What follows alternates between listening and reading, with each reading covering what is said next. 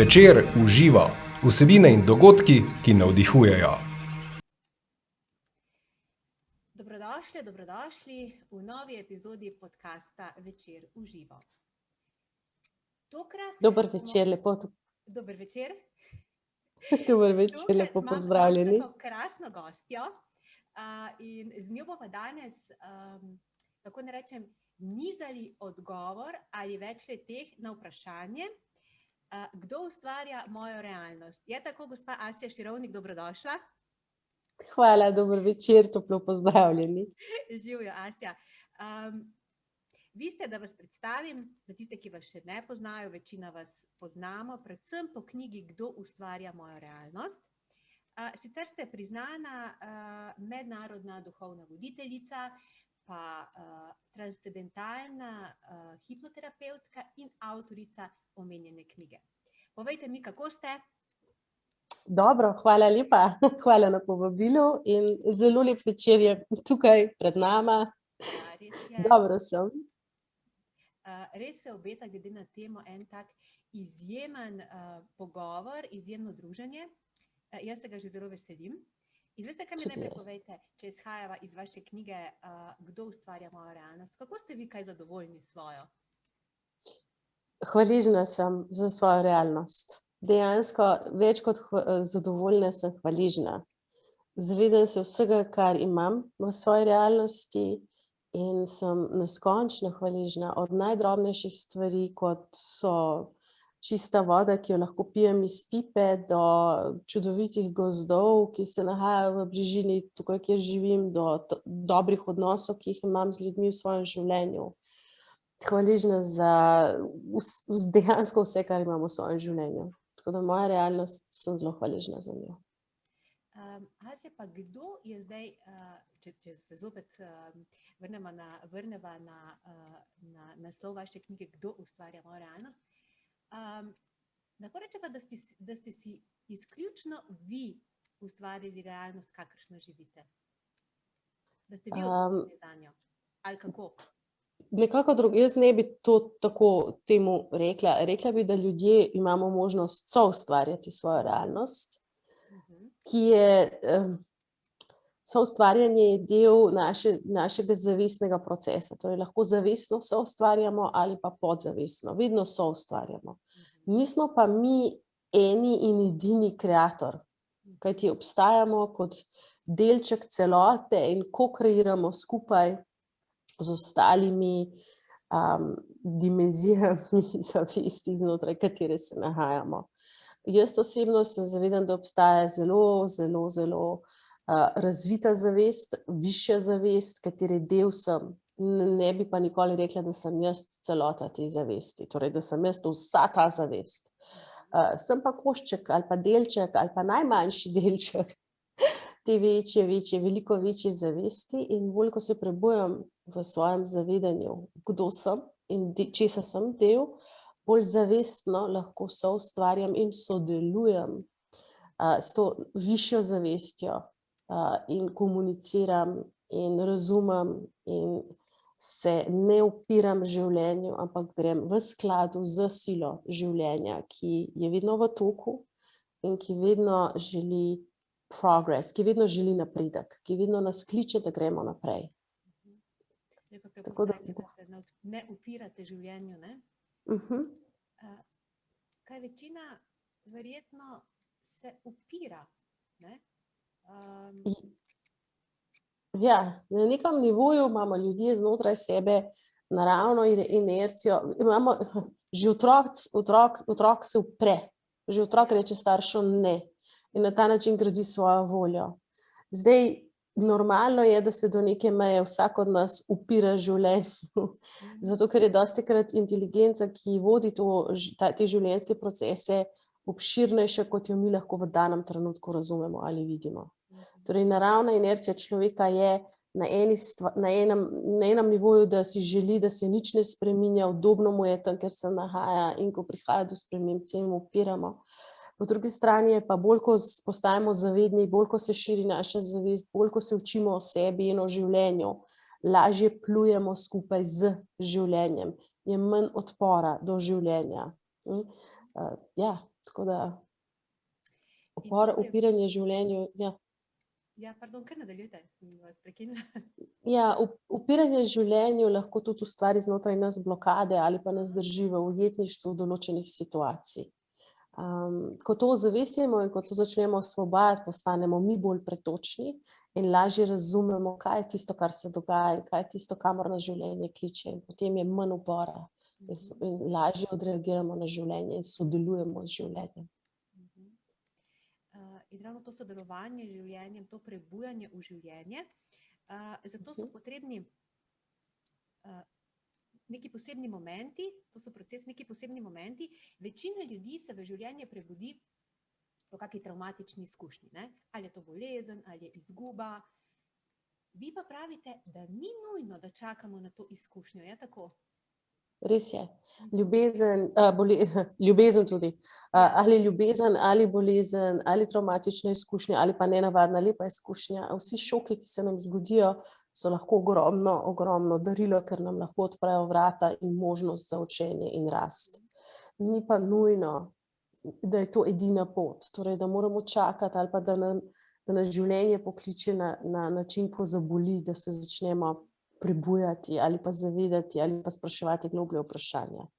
Lahko to storimo iz notranje inercije, iz radovednosti, želje po razvijanju, iz tistega nekaj znotraj nas, kar sluti in čuti, da je življenje lahko vedno mer več in da lahko evoluiramo skozi svoje življenje, se razvijamo, gremo naprej. Tako da ni nujno, da je bolečina edina budnica v našem življenju. Zakaj pa, Asja, zakaj življenje zaboli? So to kakšne povezave z našimi podzavestnimi vzorci, ki jih je potrebno preseči? Ozaveščati. Ja, načeloma, jaz vedno rečem, dokler ne ozavestimo tisto, kar je nezavedno v nas, nam to vlada in mi temu rečemo usoda. Mi to imenujemo usoda. Ljudje nosimo v sebi ogromno zapisov, ogromno prepričanj, ogromno verovanj, ogromno mehanizmov, ogromno obrambnih mehanizmov, s katerimi reagiramo, tudi kadar nismo v nevarnosti, kot da bi bili v nevarnosti. In naša podzavest dejansko ni slaba. Narobe bi bilo reči, da je naša podzavest slaba. Pravzaprav znotraj podzavesti imamo imenitne mehanizme in dimenzije, polne znanja in modrosti. Ampak določeni vzorci, določena prepričanja in določena verovanja so lahko disfunkcionalna, niso v skladu z našim višjim namenom, lahko so zastarela prepričanja, lahko so prepričanja, ki so jih imeli starši ali pa naši babice in dedki, naši predniki, ki so morda bila res veljavna za njih, smiselna za njih, ampak ne za nas, ki živimo mnogo let kasneje v drugačnem okolju. Torej, ljudi ali pa vse nas dostikrat življenje ustavi, ko nismo na pravi poti, lahko nam da že prej znake, lahko jih prepoznamo prej, lahko se ustavimo prej, lahko si prisluhnemo prej, lahko raziščemo sebe prej, včasih se pa ustavimo šele, ko zares življenje kriči, ko nas pokliče nazaj in prisili, da rečemo, kaj je to, kar se dogaja, zakaj se mi to dogaja, kaj je tisto, kar moram vedeti, kaj moram razumeti. Kaj se moram naučiti iz te situacije? In v trenutku, ko smo se pripravljeni naučiti, spoznati, raziskati, ko postanemo odprti in padejo naši obrambni mehanizmi, v smislu z mano ni nič narobe, nihče ni rekel, da je karkoli z mano narobe. Govorim o tem, da verjetno znotraj moje podzavesti obstajajo prepričanja in verovanja, ki več niso najboljša za mene. In je prišel čas, da jih prepoznam in jih osvobodim. In ko to naredimo brez kakršnega koli samoobtoževanja, brez kakršnega koli občutka krivde, ko se poglobimo vase, ko se začnemo osvobajati notranjih podzavestnih, nezavednih blokad, šele takrat lahko govorimo o svobodi znotraj nas, o svobodnem življenju, o osvobojenem življenju. Se pravi, da nismo odgovorni za te naše nezavedne vzorce, ker za njih se nismo zavestno odločili, ne? Ja? Mogoče bi popravila izraz, da nismo odgovorni. Aha. Odgovorni, ljudje narobe razumejo besedo odgovorni. Odgovorni skozi ljudje, ko jim rečemo odgovorni, Ja. zamrznejo, me pogledajo, ljudje prevajajo besedo odgovorni v krivi. Tako, no, vse to, ja. Ampak resničen pomen besede odgovoren pomeni, da imaš odgovor na situacijo. Tudi v angleščini je ta beseda responsibility, ability to respond. Torej, definitivno smo odgovorni za svoje življenje. Lahko smo, bolj ko si rečemo, sem odgovoren za svoje življenje, več moči imamo. Nismo sami krivi za to, kar se nam dogaja. Ampak odgovornost pa pomeni moč, da lahko ustvarim spremembo.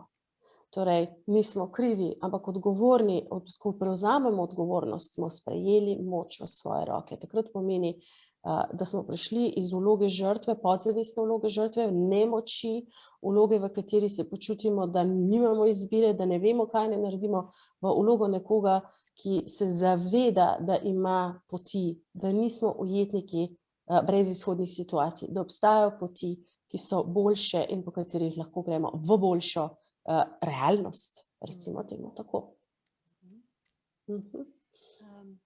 Asja, se pravi, da moment, ko ozavestimo nek vzorec ali pa to, da imamo moč, da ga spremenimo, ste rekli, spremeni našo pozicijo, gremo iz vloge žrtve v vlogo nekega soustvarjalca. Pa me zanima, Asja, včasih je veljalo, da se ti razni vzorci, pa traumatične izkušnje oziroma ti podzavestni vzorci, da se ozaveščajo oziroma predelujejo na tak zelo dolgotrajen in boleč način, tako psihoterapevtsko po Freudu, ki je lahko trajalo in trajalo in se ni razrešilo, ampak vi izvajate to metodo transcendentalne hipnoterapije, vi k temu pristopate drugače. Vi tudi, ko ste bili študentka v Bostonu, s svojo sestro, ste nekako intuitivno čutili, da se lahko do preseganja oziroma do čiščenja teh vzorcev lahko dostopamo na lahkotnejši način. Kako vi imate to metodo oziroma zakaj gre? Ja, dejansko takrat, ko smo bile v Bostonu in sem imela kolege, ki so hodili na kavče že 10 let in določene vzorce niso presegli, so pa ozavestili svojo podzavest, kar je izjemno pomembno, ozavestiti svojo podzavest. Ampak jaz sem intuitivno čutila, slutila in si želela najti načine za bolj hitre spremembe. In ko rečem hitre, želim biti specifična. Ne govorim o tem, da lahko v 1 uri spremeniš zapis, ki si ga imel 30 ali pa 40 let. Čeprav se lahko zgodi, da kakšna fobija izgine natančno v 1 uri, da imaš fobijo pred globoko vodo zaradi travme, ki se ti je zgodila v otroštvu. Imam primer, ki se ga živo spomnim, ki ga opisujem v knjigi, ženske, ki se je bala globoke vode, ki ni mogla potovati z avionom, ki ni mogla iti na ladjo, torej ni bila v stanju kamorkoli oditi, ker je bila od spodaj globoka voda. Ladja, avion, pozabimo na kopanje v bazenu. In na zavednem nivoju se ni zavedala, ni spomnila zares, kaj bi se zgodilo. Vedela je bežno, da je neka bila nezgoda, ampak se je ni zdela tako pomembna, da bi zdaj to lahko ustvarilo tako reakcijo telesa, take blokade, tako trplost, ko ona pride do vode, take panične napade. In dejansko sva res, mislim, da sva imeli 3 srečanja, morda 4 srečanja v uri in pol na vsakem srečanju, presegli ta strah. Seveda, potem je rekla na koncu, veš, ampak še vedno, kljub temu, da lahko plavam v bazenu, kljub temu, da si upam iti z ladjo, ne bi se pa jaz sredi oceana vrgla iz jadrnice in šla plavat. Se je rekla, obstaja pa normalen strah, ki te ščiti pred morskimi psi in kiti, da ne greš plavat sredi oceana. Kar hočem povedati je, da ko pridemo do podzavesti in v podzavesti se nahajajo spomini, ki se jih zavestno ne spomnimo, torej implicitni. Eksplicitni spomin je tisto, kar se spomnimo, implicitni spomini so tisti spomini, ki se jih spomni naše telo. In ko pridemo s pomočjo trans stanja, dobrega, kvalitetnega, celostnega trans stanja, blagodejnega, lahko tudi uporabim izraz ne vem, zdravilnega, v smislu, da je dober za naš živčni sistem, da se sprosti živčni sistem, parasimpatetični živčni sistem se aktivira pri tem in dostopamo do teh spominov in pa prepričanj, ki so nastala ob določenih dogodkih, ki jih je ustvarila podzavest ali ki smo jih ustvarili kot otroci. In jaz ponavadi rečem, ustvarili smo jih s tistimi možgani, s tistim razumom pri 4 letih, 5 letih, ki je bil zelo otroški razum, ampak to se je zarezalo v podzavest in postala naša resnica. In zdaj nam iz podzavesti ta prepričanja, ti zapisi vladajo. In ko pa dostopamo, in zdaj stare metode pri mojih kolegih je bilo, da si se ti poskušal do tega dokopati. Treba razumeti, da ima vse to evolucijsko pot, a ne. Tako da smiselno je bilo, da smo se začeli s tem, da se zavedamo, da ozaveščamo, da se o tem pogovarjamo. Ampak potem je pa en moment, ko pa ti dostopaš v tem delu, ki ga jaz delam, ki ga učim moje učence, da ti dostopiš, torej da dejansko osebi omogočiš, da se iz njene podzavesti izluščijo ti zapisi, ti spomini, občutki, ki so nastali in osvobajajo se ti občutki, sprosti se tista potlačena čustvena energija in v ta prostor se zdaj lahko ustvarja novo prepričanje, nov odnos, nova interpretacija življenja, odnosa do življenja, odnosa do nas samih. In to pa so spremembe, ki so relativno hitre. Še vedno poudarjam, ne misliti v 5 minutah celo življenje, ampak relativno hitre spremembe so lahko izjemno močne, ko se naučimo dostopati do naše podzavesti ali pa ko gremo v ta proces in osvobajamo spomine iz podzavesti. Asja, omenili ste sprememba interpretacije življenja. Ali ni ta sploh ključna za kakovost, oziroma če hočem, da rečem celo, za kakovost bivanja oziroma celo za zavestno soustvarjanje, ustvarjanje? A je? Izjemno. Interpretacija življenja je osnova, je temelj. Torej, kako jaz filter, skozi katerega jaz nezavedno percipiram, razumem in berem življenje. Torej, lahko si jaz zavestno rečem, moje življenje, zaupam življenju. Ampak če mene boli želodec, če imam krčo, če se ne počutim sproščeno, če me obletavajo strahovi, potem moja podzavest pove, ne, v resnici podzavestno ne zaupam v življenje. Lahko se zgodi, da je prepričanje življenja borba, življenje bitka, življenje ni varno, lahko nikoli ne veš, kaj se bo zgodilo, etc. Dostikrat ljudje rečejo, joj, to je govorila moja mama ali to je govorila moja babica. Zanimivo, da jaz to znotraj sebe še vedno verjamem, čeprav se zavestno tako trudim in berem knjige in hočem, da je življenje na moji strani. Dokler ta percepcija obstaja v podzavesti, nam vlada, kar pomeni, da nezavedno doživljamo življenje v tej luči in nanj reagiramo na ta način, ampak tudi projiciramo energijo strahu v življenje. Torej, pot v obe smeri je sprogramirana s temi prepričanji. Interpretacija življenja je izjemno pomembna, ko jo enkrat zavestno ustvarimo.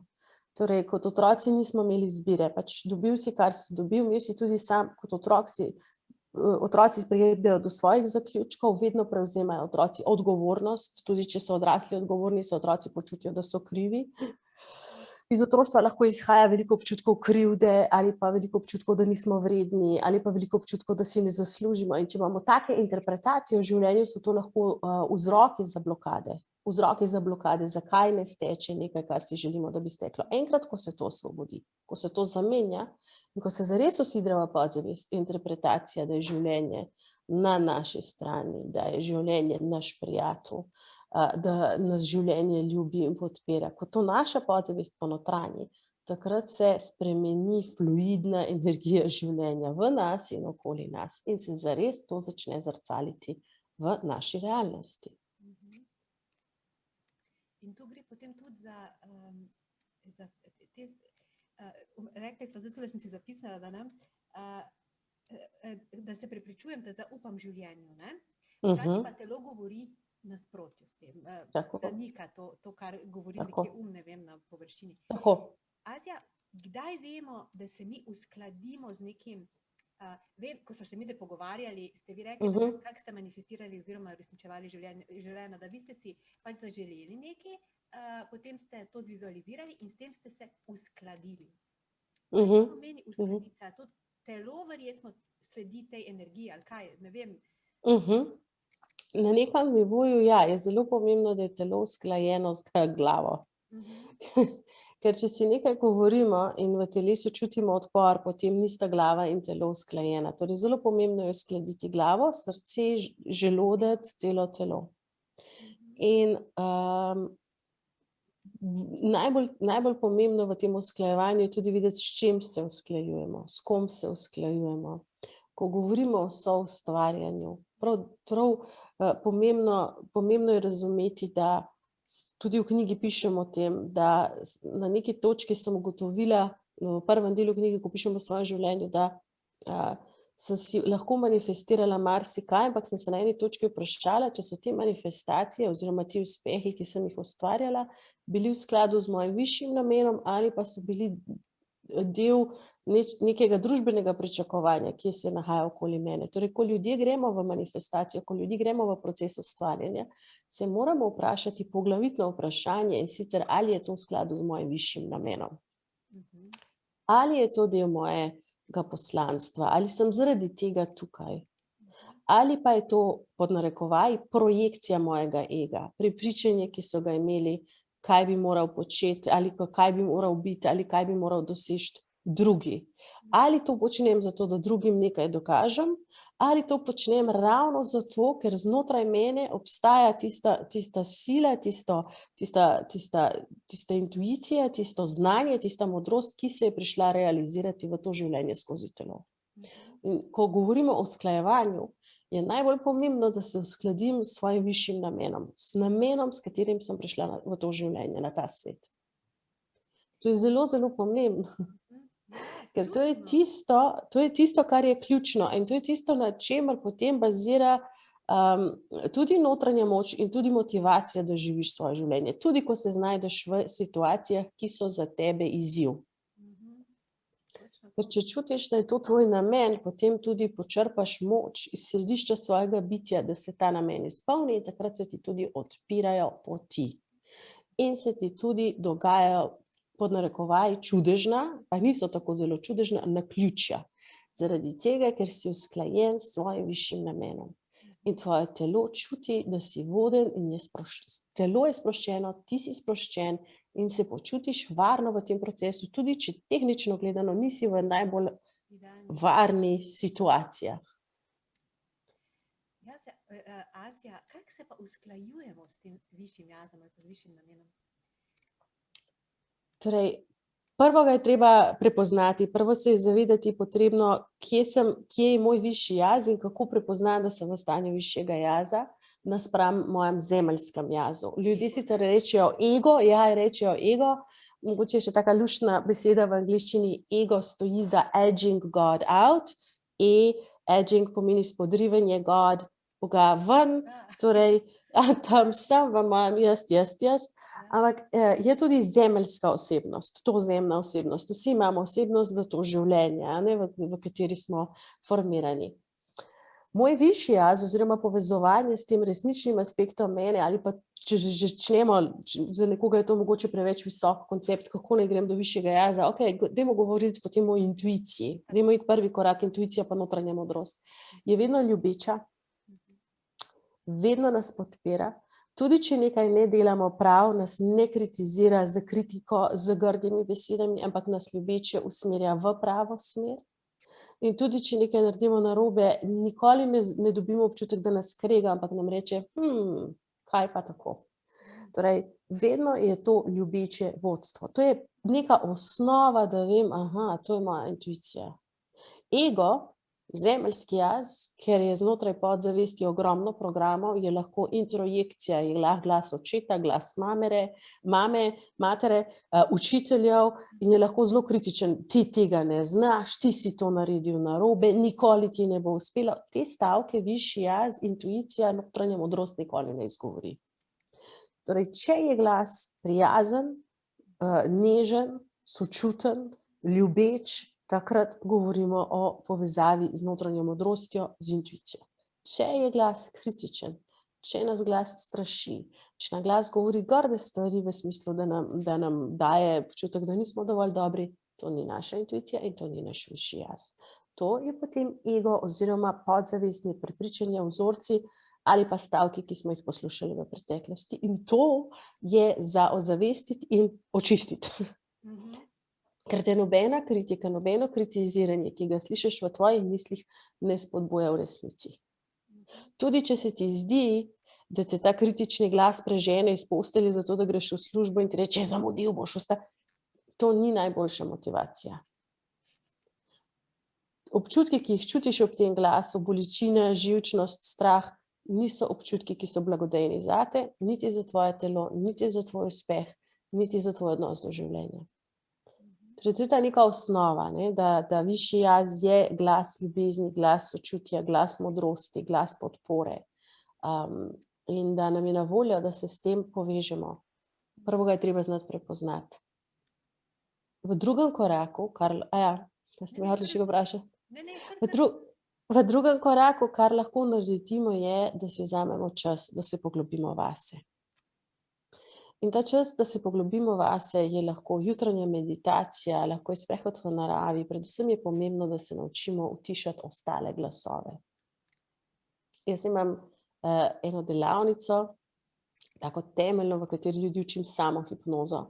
Ravno z namenom, da se naučijo vstopati v svojo notranjo modrost, povezovati svojo intuicijo, slišati notranje vodstvo. In prvo, kar se naučimo, je od vseh glasov, ki jih imamo, in ljudje imamo več kot 100 misli na minuto. To je ogromno glasov. Zdaj v tistih glasovih naučimo slišati ta en pomemben glas, glas modrosti, ki morda ni najbolj glasen, ko se ostali utišajo, postane to ena taka fina prisotnost, ki te prežame, pomiri in vodi. Tako da treba si vzeti čas, da se lahko povežemo s tem aspektom, s tem delom sebe, in treba je znati utišati ostale glasove, da lahko slišimo notranji glas modrosti, intuicije. In potem seveda tudi, ko izostrimo svojo sposobnost, da slišimo, čutimo in zaznavamo, ker ni samo slišati, ampak je tudi čutiti in zaznavati, potem nam postane lažje in lažje biti usklajeni s svojim višjim jazom. Jo, krasno. In hkrati se mi zdi, da če že slišimo ta glas, če končno pride do nas, se včasih tudi zgodi, da pa ne zberemo tiste moči, da bi ga realizirali oziroma da bi mu sledili, ker nas, glede na kakšne zunanje okoliščine in z reakcijo, ki sledi vabilu tega glasu, lahko delujemo noro ali pa nelogično. Vi ste, ko smo se pogovarjali, meni tako slikovito izkušnjo, ko ste prišli v Rim in ste iskali sobo, ne? Stanovanje. Ja. In kako se vam je to manifestiralo? In je bilo tako, da ko sem prišla v Rim, sem prišla sredi semestra, kar pomeni, da sem prišla januarja in septembra se oddajo vsa stanovanja, pa Rim je res kompleksen, oziroma mi smo res bili v centru, Trastevere je bila fakulteta, izkosi nekaj v tej coni. In skoraj nemogoče je bilo dobiti dobro, lepo stanovanje za normalen denar, oziroma ni jih bilo, nobenih, niti slabih za nenormalen denar, tako da ni bilo. In jaz sem bila pri prijatelju, ki ga sem poznala še iz Madrida, ki je sicer Sicilijanec, kar so zelo tradicionalni, tam se ne moreš glih, mislim, čudno se gleda, če se ženska kar vsili noter, pa sta samo prijatelja, a ne, pač tradicionalni, pa so bili pa še, hvala Bogu, še 2 ali 3 Američani so bili, ki so bili bolj progresivni v smislu, come on, it's okay, chill out. Ampak vsak večer smo naredili večerjo, sedeli za mizo in smo imeli debate o tem, kako je nemogoče dobiti stanovanje. In oni so bili še toliko realistični, da so mi dali podatke, statistike, glej, to ne gre, to je to. In bolj, ko smo probali na silo, bolj, ko smo probali z racijom, bolje delovalo, mislim, res najbolj črn scenarij, da ostanem do konca semestra pri njih. Kar je bila tudi za mene nočna mora, ker nisem imela nobenega privacyja, pač nisem si tudi jaz želela deliti stanovanje želela sem imeti svoj mir in eventualno biti s kako punco, s katero se razumeva in tako naprej. No, in potem se spomnim, da sem jaz v nekem trenutku, res v nekem trenutku začutila znotraj sebe tisti moment, ko mi je nek mir me je prišel in tisti moment, v katerem sem rekla, ok, na ta način več ne gre. neko notranje vodstvo, ki je reklo pest in ne takole praskati po površini, vi ste na površini. Ta vaša racionalnost je površina. Vsak od njih, moram priznati, vsak od njih je spraševal, hodil na agencije, dali so si cilje, to je bil prav tak en princip, gremo s številkami in gremo, koliko ljudi poznamo in probability so zračunali in še kar ni bilo. In jaz sem se usedla, nikoli ne bom pozabila, hodila sem po ulicah v Trastevere in prišel je čez mene en tak mir in sem se usedla in se rekla, saj res, zdaj da jaz prvo vprašam oziroma začutim, kaj je to, kar bi si jaz želela. In brez racionalne kritike sem si zaželela, da bi bila v centru, še bolj blizu reki in Campo di Fiori, torej še malo ven iz Trastevere, ampak malo bolj proti še centru, za nek lep, normalen denar v svetlem stanovanju. Torej, zaželela sem si par nemogočih stvari, za takrat zarim, z neko prijazno osebo, tako sem si vse to zaželela. Ampak res želja je prišla iz duše, bom temu rekla. Navdih je bil. To ni bilo racionalno vizualiziranje, to je bil navdih.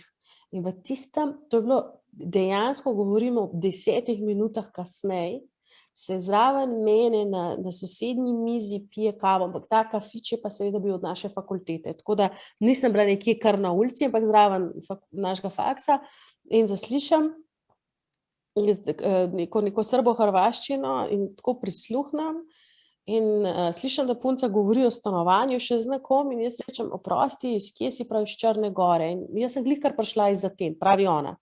Pravim, jaz sem glih kar prišla iz Soluna, jaz sem bila predtem v Solunu in se mi zdaj gledam in prav ona, pravi, jaz iščem stanovanje, a si ti že kaj najdla? Pravi, jaz imam super stanovanje, sam je drago za eno osebo, ima pa 2 spalnice, iščem cimerca, sa kje naj jo najdem, sem rekla, jaz iščem. In v tem trenutku sva razumeli, kakšen čudež je, da so obe prišle iz Grčije, sredi semestra in stanovanje je bilo fenomenalno, svetlo, za res normalen denar, so ljudje več plačevali na bolj na obrobju, kot ni bilo šans, nihče ni verjel, fantastično, peš sva lahko hodili na faks, mislim, in ko sem takrat povedala zvečer, so ti Američani so se smejali, so rekli, you witch. In sem rekla, ne, nisem witch, ampak dejansko sem šla v drugo stanje zavesti. Šla sem iz strahu, iz krča, iz racionalnega, temnega scenarija, da to ne bo, v to, da sem se povezala z neko višjo inteligenco, ki v končni fazi me je pripeljala v Rim. In ta navdih. In tisto, kar me vodi, me še nikoli ni pustilo na cedilu. In dejstvo je, in morda te zgodbe z mojimi potovanji in stanovanji se povezujejo s korensko čakro, s osnovo Maslove piramide, s preživetjem. Ne prideš nekam in prvo moraš imeti streho nad glavo. Pravzaprav vsakeč znova štartaš iz tega, da si homeless, nisi zdaj na cesti, ampak nimaš strehe nad glavo. In torej v teh selitvah, ki jih ni bilo malo, sem vsakeč znova morala iti nazaj na to osnovno piramido, da si najdem streho nad glavo. Kar vem, da mnogo ljudi teh izkušenj ni imelo, ker so študirali doma, pa so prišli domov. Jaz sem pa imela te izkušnje. In kaj sem se naučila iz njih, je bil odnos do življenja. Naučila sem se, kdaj in kako se nasloniti na življenje, kdaj prisluhniti, kdaj se povezati, kako slediti to intuicijo in to vodstvo in kako potem poskrbeti oziroma se uskladiti, da dobim najlepše, ne samo, da dobim streho nad glavo, ampak najlepšo možnost, ki je najbolj v skladu s tem, kar meni veliko pomeni. To je zame to vedno bilo, da mora biti lepo stanovanje za normalen denar. Kar je vedno bila izziv, ker sem živela v takih mestih, kot so, ne vem, Rim, San Francisco, Madrid, to niso lahka mesta za ta, jaz temu rečem, da je to bil trening tega, da se naučim fundamentalnega odnosa do življenja, ko pride do osnov, kot je streha nad glavo, kot je postavljanje življenja na noge. Na vsakem faksu sem na novo ustvarila družbo, na novo ustvarila odnos s profesorji, na novo morala dokazati, da sem inteligentna, da morala sem prenašati ocene, imajo zakon, da če imaš nad 9 lahko preneseš ocene, torej visok standard dosegati, hkrati pa biti dovolj sproščen, da vsem tem procesu zaupaš in da ne izgubiš, da ne rataš paničen. Torej, življenje me je treniralo, da dobim zaupanje na podlagi izkušenj. In danes vedno rečem, poznam življenje. I know life, rečem. Imam izkušnje z življenjem.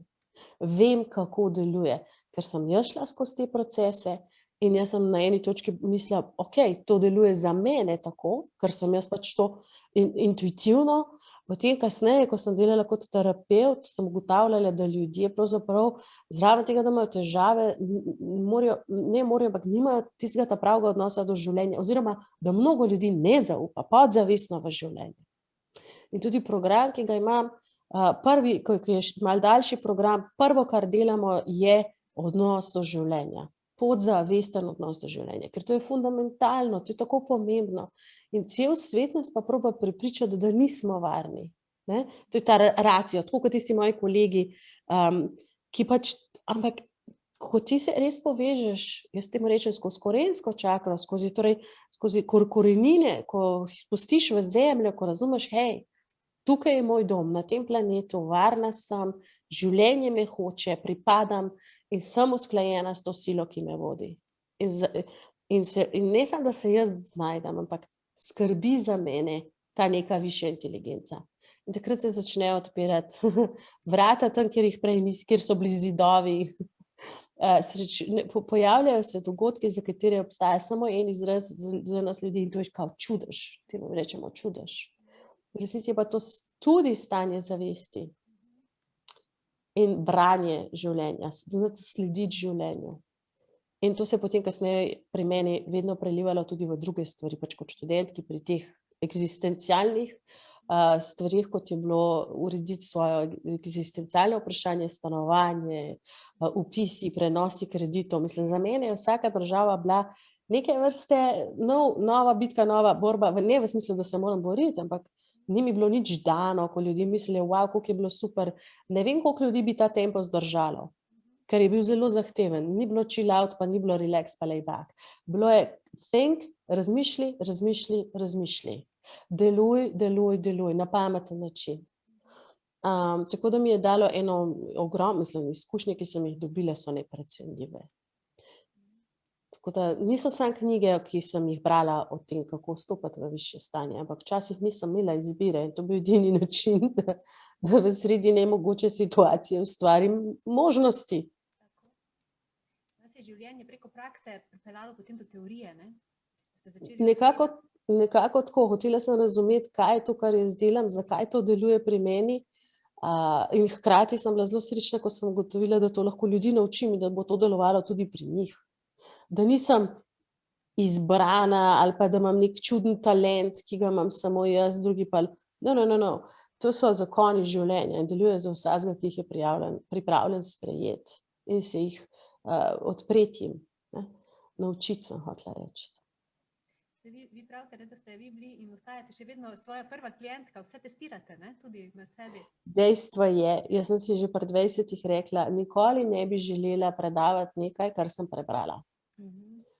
Znanje, ki ga podajam ali ga bom podajala, mora biti znanje, do katerega sem prišla osebno, skozi lastne izkušnje in mora biti na podlagi izkušenj.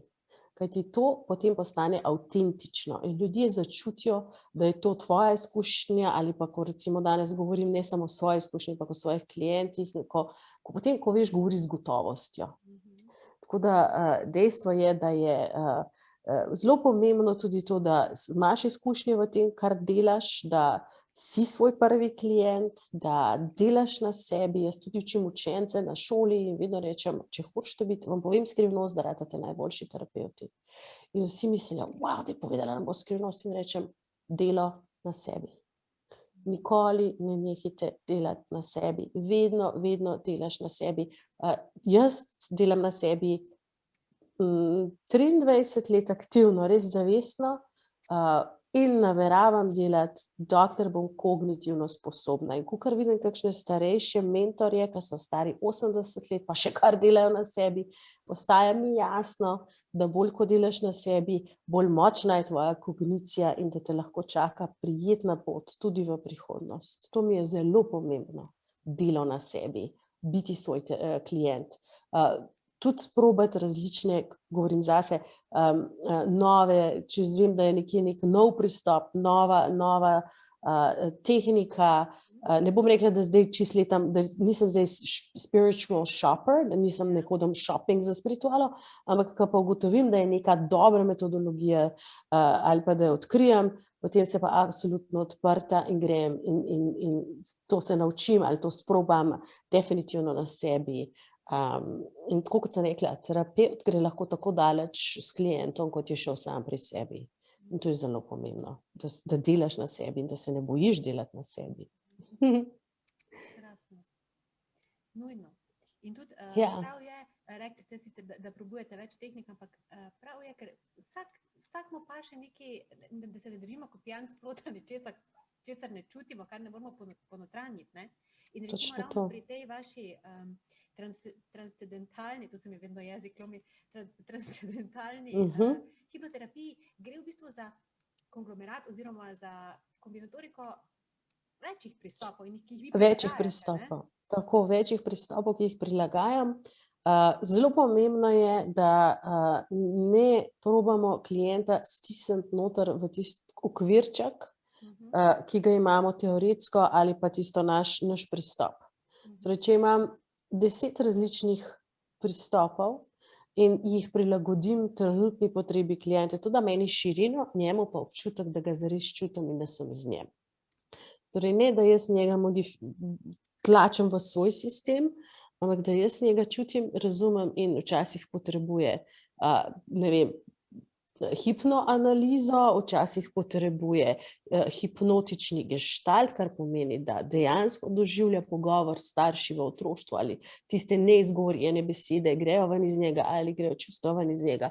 Včasih potrebuje vračanje oziroma zdaj kombiniram tudi compassionate inquiry, mi temu rečemo initial sensitizing event, da gremo nazaj v preteklost, da oživimo spomine in osvobajamo prepričanja, ki so nastala ob tistih spominih ali pa čustva, ki so nastala, ali pa interpretacijo o sebi in o življenju, ki je nastala.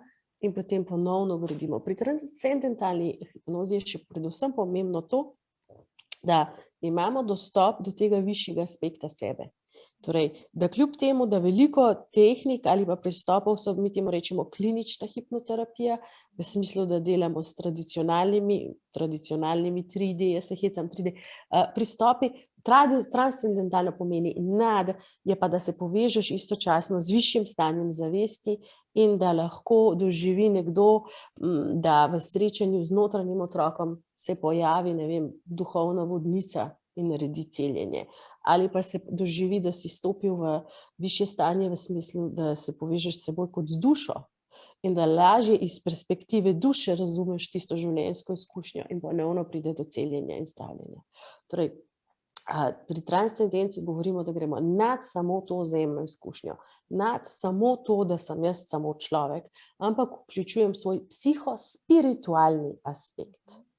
Torej, svojo dušo, svoj višji jaz. Asja, zdaj pa sem, če se še malo k željam vrneva. Zakaj se pa recimo večini želje ne uresničijo? To sva se tako že malo dotikali tega v enem pogovoru. Ljudje imamo torej dva velika bloka sta. Prvi je, da je možno, da nismo v pravem stanju zavesti, torej da smo v strahu, da smo v krču, tako kot takrat mi v Rimu, ko sem jaz sedela pri teh večerjah in it was doom and gloom, samo temni scenariji. To je bilo res, ni čudno, da nismo mogli najti stanovanja iz tistega stanja zavesti. Še Einstein je rekel, na nivoju, na katerem nastane problem, samo na višjem nivoju zavesti ga lahko razrešiš. Torej, lahko je, da smo v krču. To pomeni, da prvo moramo se ukvarjati s temi čustvi. Ugotoviti, kaj nam pogovorijo in ponavadi so čustva strahu, ki jih je treba razreševati. Drugo je lahko siljenje k rezultatom, ki je spet posledica teh strahov, teh krčev, dajmo hitro najti, takoj zdajle moramo najti, budi se nam. Jaz vem, da sem rekla pri večeri, dajmo se znajti, jaz ne želim biti tule do poletja. To je bila moja motivacija. Torej, jaz nočem, nisem šla iskaj hočem, ampak iskaj nočem. In to je lahko zelo velikrat blokada, ker grem, nočem tega. Well, kaj hočem, kaj pa bi namesto tega rada imela. In takrat se mi je shift zgodil. Drugo, kar je pa pomembno razumeti pri vsem, saj sem verjetno še karkoli spustila, zakaj se ne zgodi, ampak te blokade, verjetno čustvene blokade, strahovi, siljenje k rezultatom, nismo v pravem stanju zavesti, tole ne smem izpustiti, ali pa da želja ni naša. Torej, da si želimo nekaj, kar so nas drugi prepričali, da bi si mi morali želeti. In takrat se ti tudi lahko zgodi, da se ti to ne izpolnjuje, ker tvoj resnični jaz tega noče. Ti pa misliš, da to hoče. In takrat je zelo pomembno razdelati, ali si jaz v svoji podzavesti to pravzaprav zares želim. Ali pa ima moja podzavest kakšen razlog, zakaj se meni to ne izpolni. Zakaj? In potem tretji ta del je pa usoda. In to v smislu, kot sem včeraj omenila, da sem, ko smo se pogovarjali, da sem parkrat v življenju videla, da je nekdo nekaj zelo želel, pa je naredil vse prav, pa se to ni zgodilo in potem je izpadlo, da to ni bilo usojeno. In sem dala primer tistega mojega kolega, Francoza, mi smo takrat bili v filmski industriji vsi, jaz sem šla na Novo Zelandijo, in jaz sem bila na filmski akademiji, takrat sem se še učila, torej nisem še bila noter v teh vodah, da sem kasneje postala menedžerka, pa delala v producentstvu in tako naprej, ampak takrat ne še. On pa je že delal, ne vem, na ful hudih filmih, nazadnje je delal na Da Vinci Kodi, zdaj bojo vsi lahko zračunali, kdaj sem šla v Zelandijo. In potem je prišel v Zelandijo in kaj to pomeni v filmskem svetu, kad delaš na takih filmih, takoj dobiš službo, kjerkoli, ker se ve, da si top, ker ne dobijo ljudje kar tako noter v takih krujih dela. In on je bil prav pri lighting, pri spelučeh in to je sploh težko iskano, pa Francozi so zelo cenjeni, torej bil je v Smetani in na Novi Zelandiji ali so nehali produkcijo neko hollywoodsko, pa jih čez pol leta pride, ali teli niso rabili, ni in dobil. In pravzaprav ni imel nobene spet racionalne razlage, Glih on bi moral dobiti, vsi so mu rekli, Jezus, če bi zdaj bila produkcija, bi se stepali za tebe, ampak jo ni. In on se spakira, da gre nazaj v Pariz, da se bo vrnil pa spet, ampak kakor zdaj pa grem nazaj v Pariz. In mi smo leteli, takrat se je letel Pariz, Air Cathay, čez Hong Kong. In on gre čez Hong Kong in reče, veš kaj, grem če še do Beijinga, grem v Peking še grem malo videti Kitajsko, blazno mu je bilo všeč Kitajska in bum, sreča Kitajko, se zaljubi vanjo, poroči, njemu je bilo usojeno. Hvala Bogu, da ni dobil službe na Zelandiji. Njegova usoda je bila ta punca, s katero sta se poročila in imela otroke. Torej, včasih se nam pa nekaj ne zgodi, ker ima univerzum, višji jaz, pozna našo usodo, našo pot, naš višji namen in reče, glej. In tudi takrat pomaga. Jaz se spomnim, ko je on prišel do spoznanja, da mora iti. Miren je bil. In rekel, glej, smo vsi rekli, se imaš prav, pejt. Ampak obstajajo majhni znaki v življenju. Oseba, ki ga je peljala na letališče, so šla jaz, pa en prijatelj, ki je bil Kitajec. Nikoli ne bom pozabila. Od vseh kolegov je bil glih ta in je rekel, te bom jaz peljal. Kitajec je bil. In smo midva šla, so se nazaj vozila in se rekla, jaz imam tak en čuden občutek, tak dober, lep, ampak čuden. Rekel, jaz tudi. Res. Tako da obstajajo nevidne viti, ki jih pletejo usode, ki so izven naše trenutne percepcije. Takrat je zelo pomembno, da se lahko povežemo in sledimo vodstvo, ki ti reče, glej, morda zdaj ne razumeš, ampak prišel bo moment, ko boš rekel, ok, zdaj pa razumem. Imaš spet lahko zaupanje do življenja, da ima za tebe dobre stvari in da ti želi dobro. Vedno, vedno. Vedno. Kar mravljince. Asja, ampak tu govorimo o tej višji usodi. Ne zdaj o tisti usodi, ko smo jo prej povezovali v kontekstu z vzorci. Ne. Govorimo čisto nekim v višjih nivojih. Ko rečem usodo, v angleščini res razlikujemo med besedo faith pa destiny. Faith je tista nižja, ko si ujet v vzorce in tako je bilo z babico in tako je bilo z mamo in zdaj bo tako z mano. Misliš, da nimaš izbire? Ko pa se osvobodimo vzorcev, prepričanj, čustev. Čustva igrajo veliko vlogo. In interpretacije življenja. takrat pa lahko zaživimo v skladu s svojim višjim namenom. In to je potem jaz temu rečem višja usoda po slovensko, no, destiny, purpose, namen, s katerim smo tukaj. Vsak človek, tudi če si sam sebi zdi, da ni pomemben, v očeh tiste sile, ki ga je ustvarja, je še kako pomemben in je tukaj še s kako pomembnim namenom. In to je zelo pomembno. Že ta občutek, da spoznaš in spoznaš v sebi, v svojem telesu, v svoji podzavesti, tukaj sem z namenom. Življenje ima zelo dober razlog, da se izraža skozi mene.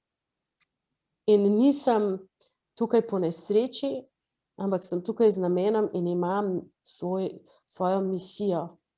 In ta misija, samorealizacija, to ni samo, da si velik umetnik ali slaven pisatelj, lahko je to, da si zelo ljubeča mama in ustvariš čudovito bitje, polno ljubezni, ki doprinese v svetu dobre stvari. Mislim, ne sama mama, ne me narobe razumeti, ampak lahko je karkoli, kjer se ti izražaš. Lahko si čudovit vrtnar, ki nežno dela s cvetlicami in pod njegovimi dlanmi cveti in rastejo drevje in ljudje hodijo tja občudovati in počivajo v tem drevju in polnijo se njihove duše z radostjo. Torej, vsakič, ko govorimo o namenu, govorimo o doprinašanju, o doprinosu, o dajanju, o deljenju, o biti tukaj, biti ta svetloba, biti ta ljubezen, biti ta luč, ki je tako zelo potrebna na tem svetu.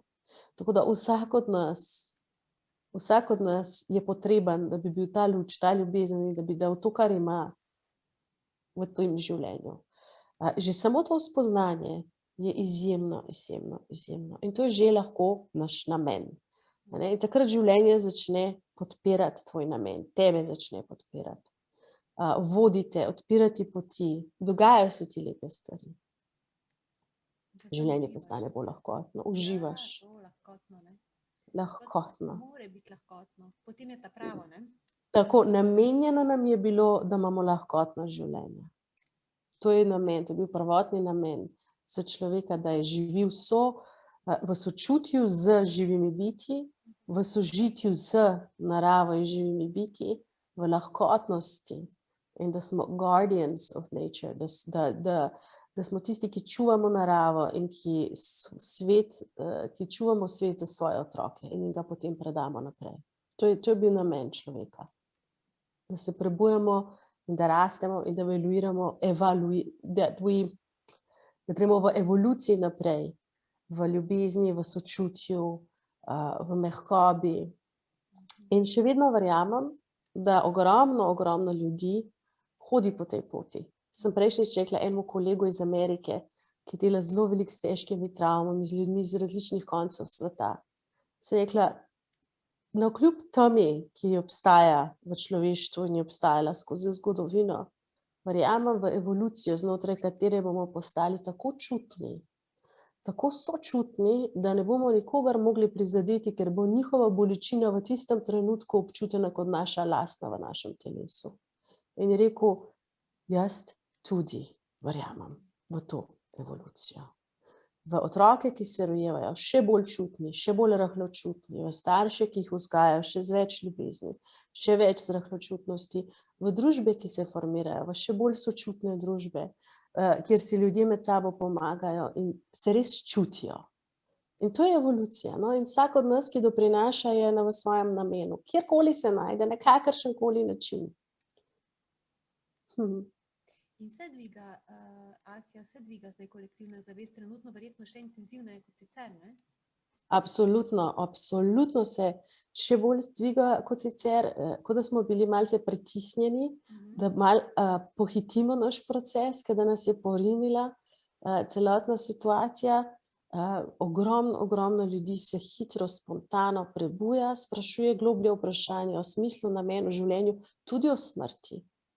Tudi o smrti, ne? Tudi se razmišljamo o tem, kdo sem, odkot prihajam, kam grem po tem življenju. In ko začnemo to gledati, ko se to začnemo spraševati, ko začnemo brati knjige o posmrtnem življenju, ko začnemo se spraševati, od kje smo prišli, takrat začnemo doživljati življenje drugačno. Takrat si res rečemo, hej, tukaj sem zelo malo, daj da pustim nek dober odtis, daj da naredim tisto, dobro, zato da ob svojem odhodu, ko bom na tistem izhodu na zadnjih vratih in se ozrem nazaj, rečem, bilo je dobro življenje. Ni mi žal, dobro sem delala, pustila sem dobre stvari, dober odtis je ostal. Včasih se hecam in da te na drugi strani pričakajo tiste duše, tisti ljudje, ki si jim dobro naredil. In rečejo, hej! Zdaj si me pa kar spravila malo. Ni fajn, pa je fajn, kakorkoli malo. Je fajn, ker je avtentično, vsi to začutimo, to ganjenost, ker a si ne želi, kdo ka si tega ne bi želel, da odhaja s tem dobrim občutkom, hej, it was a good life, dobro življenje, in da te toliko dobrih ljudi pričaka in reče, dobro si mi naredil, hvala ti, in te objamejo. A ni to, mislim, teh duš, da res veš, wow, to je to. Hvala, Asja. Asja, dajva še zdaj sam se dotakniti, ker smo že ravno govorili, da se pač kolektivna zavest prebuja intenzivneje, kot se je nekateri pravijo v celotnem človeštvu, je zdaj to obdobje odločilno, pa me zanima tudi povezave s tem, ne more mimo tako imenovane, to smo se tudi včeraj že pogovarjali, pete dimenzije oziroma kvantnega polja enosti. Če lahko malo pojasniva ta koncept oziroma kaj je to polje, kako mi delujemo iz njega, kdaj vemo, da delujemo. Saj sva že nanizali zdaj skozi pogovor, je bilo jasno, ampak vseeno malo, da konkretno, eksplicitno malo o tem nivoju oziroma o tem. Torej, to ni samo višje stanje zavesti, torej ni to samo nekaj, kar se dogaja v naši glavi. Torej ni samo, da se mi počutimo bolj polni svetlobe, ali bolj sočutne, ali bolj ljubeče, ali da se mi počutimo bolj povezane z naravo, z otroci, z ljudmi, da smo bolj... Vse to je. Ampak hkrati se ta peta dimenzija odraža tudi v zunanjem svetu, ki nas obdaja.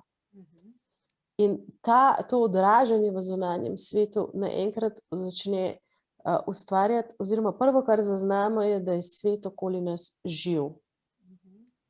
Kadaj stopimo ven iz tretje dimenzije, ki je, kako so že imeli, that universe is one big machine, ker je ena velika mašina, ne?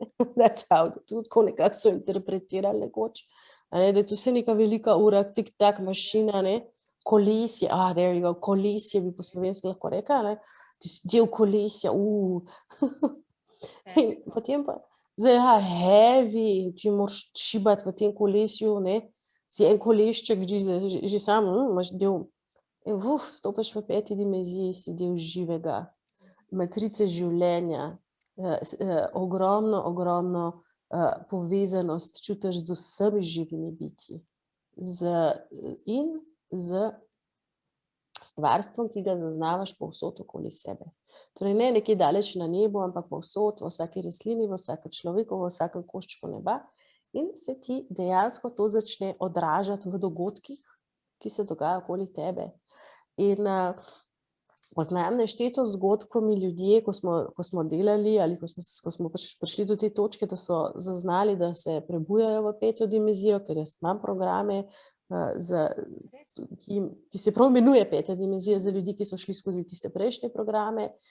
In takrat govorimo res o, ne samo da govorimo, ljudje govorijo o čudežih, predvsem se ti začnejo dogajati tako lepe stvari, se pravi, potem vsi uporabimo izraz čudež, pa se pa že navadimo, potem je pa to že način življenja. In si odprt in mogoče kakšen tak primer, da povem, ne vem, zdaj se spomnim, en tak lep primer je, da je nekdo rabil papirje zrihtati, nekaj so rabili za firmo. In ta oseba je rabila te papirje in bi morali oddati, imeli so še 2 ure, da oddajo in bila je v nekem uradu in so rekli, gledajte, teh papirjev sploh ni v sistemu, to morate izpolniti formular, to bo trajalo 1 teden. In je ona rekla, ne bomo enega tedna izgubili, bomo, ne vem, nek razpis imeli, ne vem, kaj bomo vse izgubili. Namesto, da je padla v strah in paniko, je globoko zajela sapo in rekla, kako nas je že Asi učila, vi tukaj zgoraj, vi tukaj okoli mene, bitja svetlobe, ljubezni, čudež. In v tem trenutku je uradniku dejansko začelo printati papir, ki ga je rabil. In človek je prebledel, držal je papir in je rekel, to je ta papir. Ni ona rekla, najlepša hvala, krasno izvrstno. Kot da je normalno. Neverjetno. Mislim, verjetno. Ja. Izjemno.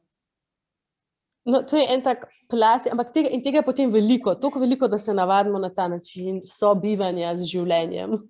In tako mora biti, ali se je to? Ja. In se tako bo. Tako je bilo namenjeno, tako nam je bilo namenjeno. To je ta zgodba, mogoče da uporabim metaforo.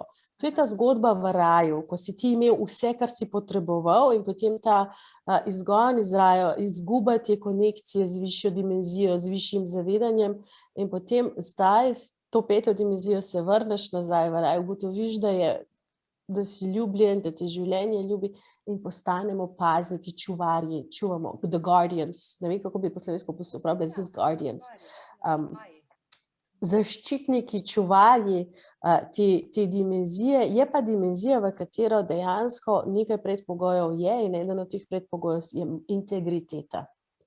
Integriteta oziroma etika v smislu, da delujemo v svoje dobro in v najvišje dobro vseh vpletenih, da se res čutimo, da dajemo in da smo prišli tiste nižje nagone, v katerih smo delovali iz strahu in smo mislili, da se moramo za nekaj pogrebsti ali pa ukradati, ali pa tukaj pa ne, tukaj pa gledamo, kako lahko dam, kako lahko pomagam. Čutimo roko, ki jo držimo, čutimo, kot da smo eno z osebo. In zato se reče polje enosti. Ne samo, da je vse možno v tem polju, ampak vsi smo eno v tem polju.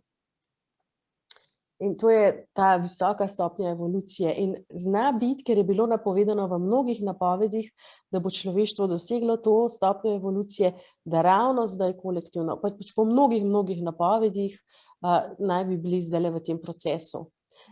Tako da lahko tudi vsako izkušnjo, ki jo imamo, doživimo kot potiskanje življenja v to smer, kjer se lahko prebudimo, povežemo z višjim vodstvom in utemeljimo občutek varnosti v sebi in v svojem življenju. Da nismo sami in da nas je veliko na tej poti, po kateri gremo. Da skupaj hodimo po tej poti. Vedno me ta asociacija, mislim, se spomnim ko govorimo o peti dimenziji oziroma o kvantnem polju, na to svetopisemsko, kakor v nebesih. Kakor zgoraj, tako spodaj. Tako.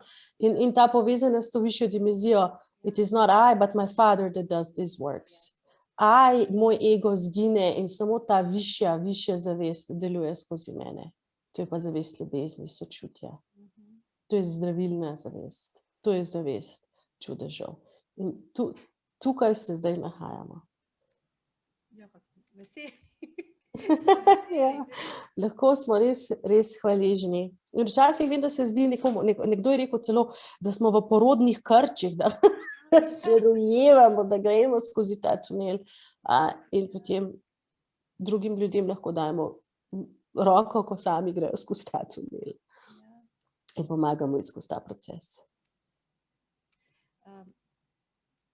Asja, najlepša hvala za zelo, zelo lep pogovor, za vso to svetlobo, ampak vedno se še čisto res posloviva, jaz vsakega svojega gosta vprašam, tudi na koncu, ker moto ali pa slogan naših podcastov je vsebine in dogodki, ki navdihujejo. Pa če dava počrtal, kaj vas navdihuje? Imate 5-letnega sineka, ne? Navdihuje me njegova sreča. Navdihuje me, ko gledam otroke, ki tečejo, vpijejo, skačejo, kričijo in so srečni in vidijo čudež čisto v vsakem cvetu, storžu, travici. Navdihuje me sončen dan in dobri ljudje. Navdihuje me to, da imamo tako lepo naravo in da nas je veliko, navdihuje me dobri ljudje in spoznanje, da je veliko več dobrih ljudi in da nas je vse več, ki se prebujamo v dobroto in sočutje. To je moj navdih. Vera v človeka. Asja Širovnik-Moškon, najlepša hvala za izjemno družbo. Hvala tudi vam, Maja. Najlepša hvala.